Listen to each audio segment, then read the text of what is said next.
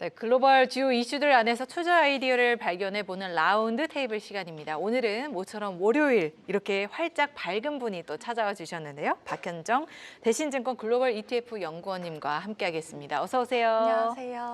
네, 좋습니다. 오늘 모처럼 아시아 증시가 또 활기차게 네. 반등하는 흐름을 보여주고 있습니다. 그 안에서 가장 빅 이슈, 우리가 주목하고 있는 이슈가 있죠. 바로 이제 최근 AI 버블론이 고개를 들었지만 그 안에서 이제 조금씩 호재가 들려오는 것 같습니다. 네. 우선 이 AI 버블론과 관련해서 좀 진단을 해봐야 될 것으로 보이는데요.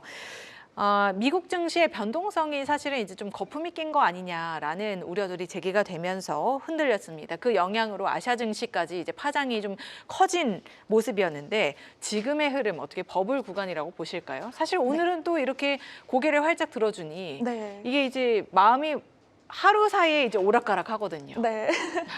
사실 이제 AI 버블론에 대한 얘기가 나오는 건 아무래도 최근 1년이나 올해를 놓고 보면 AI 관련된 기업들의 주가가 다른 테마에 비해서 압도적으로 높은 수익률을 보였기 때문으로 보이고 있고요. 그래서 이제 S&P 500 지수 같은 경우가 12개월 선행퍼가 지난주 기준으로 봤을 때 23.3배 정도 되고 있는 상황입니다. 근데 이 수치가 최근 10년 평균이 18배에서 19배 사이보다 훌쩍 높은 수준이고, 그리고 2000년에 있었던 닷컴 버블 이후로 최고 수준이기 때문에 아무래도 버블에 대한 이야기가 계속해서 나오고 있는 것으로 보이고 있습니다.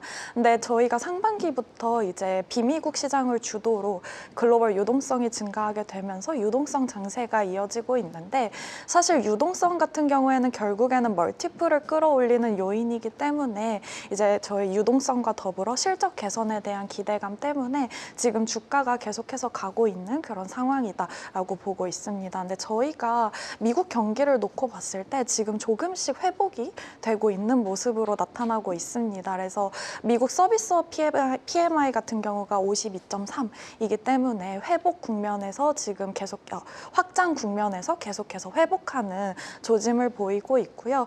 특히 이제 신규 사업이나 이런 쪽에서 지금 계속해서 성과가 수치들이 잘 나오고 있는 상황인데, 그렇기 때문에 미국 경기가 견조한 상황에서는 아무래도 주식시장에 대한 관심을 계속해서 가지실 필요가 있다 보고 있습니다. 네, 일단은 이런 지표들을 확인해 봤을 때 우리가 이제 회복세를 좀 지속해 가면서 서비스업 PMI로 봤을 때도 이제 회복이 확장되는 그런 국면에 진입한 것을 확인해 볼 수 있었다라고 네. 말씀을 해 주셨는데요. 조금 전에 이제 속보로 전해진 바에 따르면 미국 상원에서 이제 정부의 셧다운, 연방 정부의 셧다운을 해제시키기로 합의를 했다고 합니다. 이제 네. 본격적으로 최종 이제 결과가 나오기까지는 그 안의 과정들이 좀 더 필요하겠지만, 사실은 제가 어떤 이야기를 들었냐면 미국 정부가 셧다운을 하면서 이제 뭐 그 안에서 기업들도 그렇고 정부기관들도 모두 운영을 못했잖아요. 네, 맞습니다. 뭐 어떤 사람들은 2달치 월급을 또 못 네. 받았다라는 소식까지 전해지더라고요. 네. 이런 게 이제 실적에 영향을 좀 미칠 수 있을 것 같거든요. 네. 이렇게 연방 정부의 셧다운이 해제된다고 한 부분이 좀 증시를 연말까지 끌어서 올릴 수 있을지, 상승 모멘텀을 줄 수 있을지 궁금하고, 네. 사실 이제 그 기업들의 실적도 어느 정도 영향을 받을 수 있을 것 같은데 이런 건 크게 우려를 해야 되는 부분은 아닌 건지 네. 함께 좀 진단을 내려주시면 좋을 것 같네요. 네, 일단 어쨌거나 저희가 셧다운이 끝나게 되면 말씀해 주셨던 이런 밀린 급여 같은 부분도 집행이 될 것이고, 그리고 이제 어쨌거나 재무부가 재정을 지금 집행하지 못하고 있었는데 재무부의 저금통이라고 할 수 있는 TGA 잔고가 지금 역대 최고 수준으로 높아진 상황입니다. 그래서 최근에 미국 증시가 조정을 받았던 이유도 이제 단기자금 시장에서 경색이 나타났었는데, 이게 이제 재무부의 TGA 잔고 속으로 들어가게 됐었거든요. 그래서 이제 셧다운 해제 이후 이런 재정 정책들이 집행이 되게 되면 시중의 유동성이 풀리게 될 텐데, 그러면 이제 위험자산 쪽, 주식이나 그리고 암호화폐 쪽으로 흘러 들어갈 가능성이 높기 때문에 연말까지 랠리가 이어질 가능성이 높다라고 보고 있고, 있고요.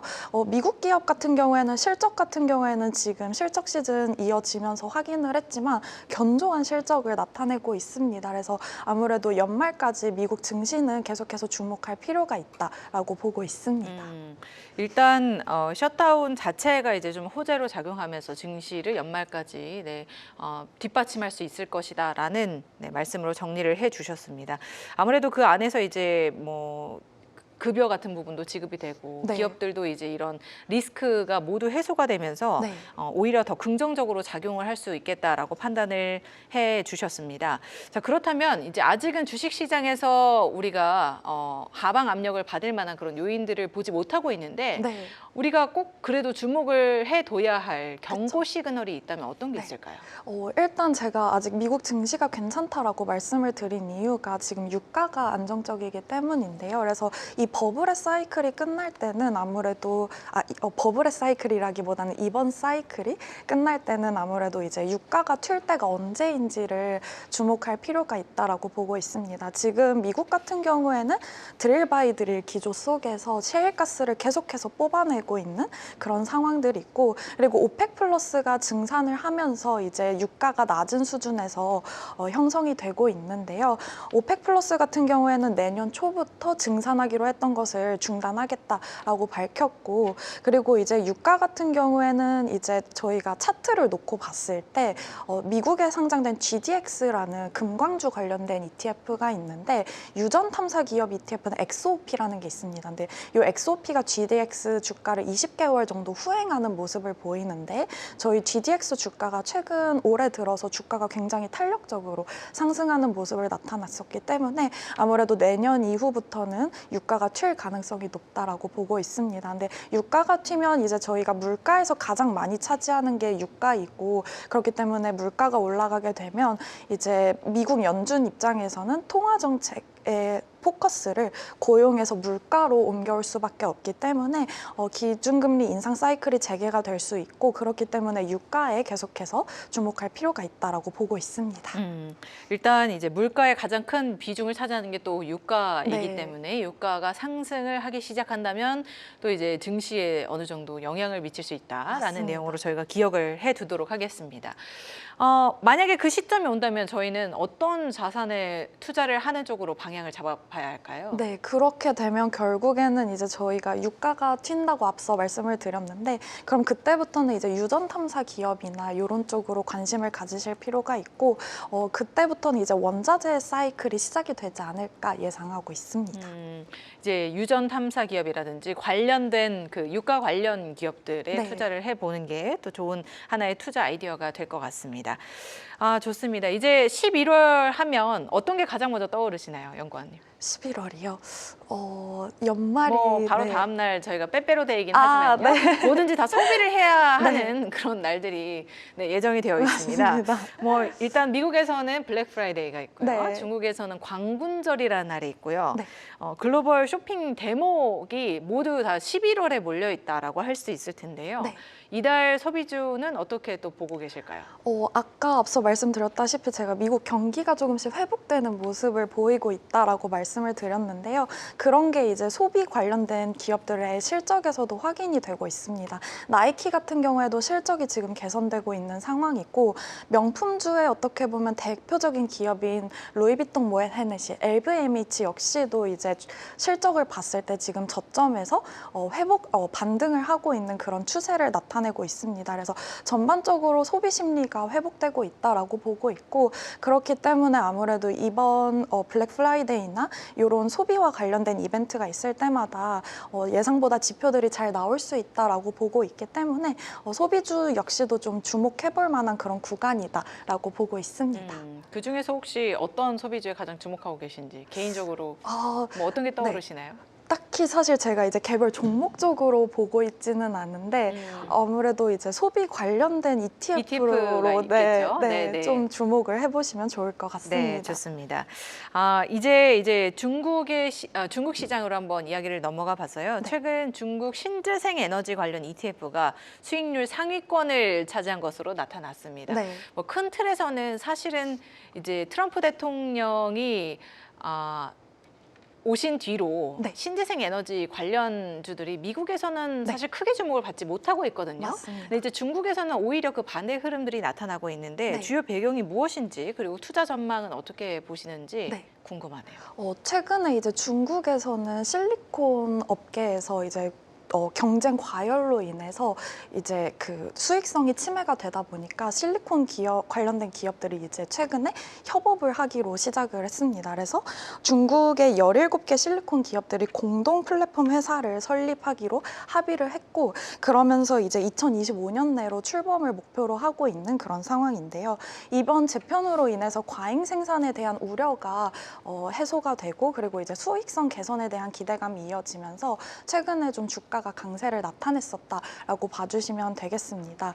그리고 리튬 전지 쪽에서도 사실 최근에 급등하는 그런 흐름, 소재 가격이 올라갔었기 때문에 이런 부분들이 이제 리튬 전지 관련된 기업들의 주가에도 긍정적으로 영향을 미치면서 이제 중국 내 신재생 에너지 관련된 ETF 성과가 좋았다라고 봐주시면 되겠고요. 그리고 최근에 사실 위안화가 계속해서 강세를 나타냈습니다. 그래서 저희가 대부분 이런 신재생 에너지들이 환 노출형 상품이기 때문에 수익률에 기여하는 부분이 일정 부분 긍정적으로 있었다라고 봐주시면 되겠고, 사실 미국 같은 경우에도 사실 신재생 에너지 관련된 기업들이 그 OBBBA 법안 통과 이후로 좀 저점 이후로 반등을 하고 있는 그런 모습을 보이고 있는데, 트럼프 행정부 때 트럼프가 이제 당선이 되면서 아무래도 신재생 에너지들이 너무 안 좋을 거다라고 봤었는데, OBBA 법안에서 어떻게 보면 정책적인 불확실성이 일부분 해소가 됐었고, 시장에서 예상하던 것보다는 좀 더 나은 수준으로 법안이 통과가 되었었기 때문에 이제 주가가 좀 저점 이후로 반등하는 추세에 있다라고 봐주시면 되겠습니다. 네. 그렇다면 이제 어느 정도 좀 오르긴 했는데 네. 저희가 지금 시점에서 투자도 가능한 걸까요? 사실 이제 그 OBBA 법안을 놓고 봤을 때 그 내용에 포함됐던 게 법안 발의 이후 1년 동안 이제 프로젝트 착공의 인정을 받았다라고 하면 세액공제 혜택을 유지를 해준다고 했었습니다. 근데 그게 이제 풍력이랑 태양광을 놓고 봤을 때는 태양광에 조금 더 유리한 법안이 통과가 됐었는데, 태양광 같은 경우에는 프로젝트 대금의 5%만 납입을 해도 프로젝트 착공에 들어갔다라고 인정을 해주고 있거든요. 그래서 아무래도 저희가 예를 들어 2년이나 3년 뒤에 태양광을 설치를 계획을 했었던 기업들 입장에서는 세액공제 혜택을 유지하고 싶기 때문에 이 시계열을 빠르게 앞당길 수 있다라고 보고 있어서 저는 단기간 동안에는 미국 태양광 기업들도 좀 괜찮을 수 있다라고 보고 있고요. 그리고 아무래도 에너지 저장 시스템 쪽으로 요새 AI와 관련해서 지금 계속해서 이야기가 나오고 있기 때문에 전반적으로 관심은 가지실 필요 있다라고 보고 있는 상황입니다. 네, 좋습니다. 지금 단기적으로뿐만이 아니라 이제 조금 길게 본다고 하더라도 중국 내 ETF, 신재생 에너지 ETF 괜찮은 관점으로 봐주셨고, 미국 ETF도 눈여겨볼 만하다라고 네, 의견 전해주셨습니다. 중국이 또 하나 또 떠오르는 신흥 산업이 있는데요. 바로 바이오입니다. 어느 정도 이제 미국 막강한 파워를 가지게 됐다라고 보여지는 게 미국을 좀 위협하고 있어요. 중국의 암 치료제 임상 시험 건수가 2년 연속 미국을 추월한 것으로 나타났는데요. 뭐 워낙 인구도 많고 투자 금액도 높고 하다 보니까 그럴 수도 있겠다 싶은데, 이제 글로벌 바이오 시장 내 중국의 존재감 어디까지 커질까요? 사실 최근 몇 년간을 놓고 봤을 때 중국 바이오텍 위주로 좀 위상이 글로벌 시장 내에서 높아지고 있는 그런 상황입니다. 사실 중국에서 집중하고 있는 산업이 AI 외에 바이오도 있기 때문에 아무래도 정부의 주도로서 좀 빠르게 성장을 하고 있는 게 아닌가라고 보고 있는 상황이고요. 최근 몇 년 동안 글로벌 빅파마들이 이제 중국의 바이오텍들과 협업하는 그런 모습들이 자주 나타나고 있습니다. 그래서 올해만 놓고 보더라도 이제 노바티스에서 아르고바이오 파마슈티컬과 함께 이제 개발 협력을 9월에 체결을 했는데요. 이번 협력이 이제 양사 사이의 세 번째 체결이었었고, 계약에 따라서 아르고는 1억 6천만 달러의 선급금을 받게 되고, 그리고 이후에 최대 52억 달러까지 이제 로열티를 수임을 할 수 있을 것으로 예상이 되고 있는 상황입니다. 그래서 결국에는 좀 중국 바이오텍 쪽으로는 계속해서 관심을 가지실 필요가 있다라고 보고 있고요. 중국이 계속해서 어쨌거나 확장적인 재정 정책을 펼치고 펼치고 있기 때문에 이런 자금들이 결국에는 정부에서 밀어주고 있는 산업으로 들어갈 수밖에 없기 때문에 중국 바이오텍 관련된 ETF들도 주목을 하실 필요가 있다라고 보고 있습니다. 그래서 사실 여름 이후로는 중국 바이오텍들이 조금 쉬어가는 모습을 보이고 있지만 저희가 차이나 바이오테크 솔렉티브라는 상품이 있는데 이게 연초 대비로 봤을 때는 50%가 넘는 수익률을 나타내고 있는 상황이거든요. 그래서 어떻게 보면 좀 급등하고 쉬어가는 국면을 보이고 있지만 연말에 다시 확장적인 재정 정책을 나타내고 그리고 내년에 결국에는 이제 그 15차 원년이 되기 때문에 그때부터 아마 더욱더 적극적인 재정을 투입을 한다라고 했을 때 계속해서 좀 관심을 가져볼 만한 테마다라고 보고 있습니다. 좋습니다. 사실은 이제 과거에 중국 제약업계가 한동안 비용을 아끼기 위해서 시밀러 제품이라든지 제네릭 중심으로 이제 개발을 했다면 이제는 거기서 한 발 더 나아가서 정부의 든든한 뒷받침하에 이제 기술 개발에 박차를 가하고 있는 그런 모습들입니다. 따라서 관련 상품 하나 소개를 해주셨죠. 차이나 바이오테크 솔렉티브까지 관심 가져보면 좋겠다라는 말씀으로 정리를 해주셨습니다. 오늘 정말 다양한 상품들 그리고 그 안에서 투자 전략을 세워주셨는데요. 너무나 알찬 시간이었습니다. 지금까지 박현정 대신증권 글로벌 ETF 연구원과 함께했습니다. 오늘 말씀 고맙습니다. 감사합니다.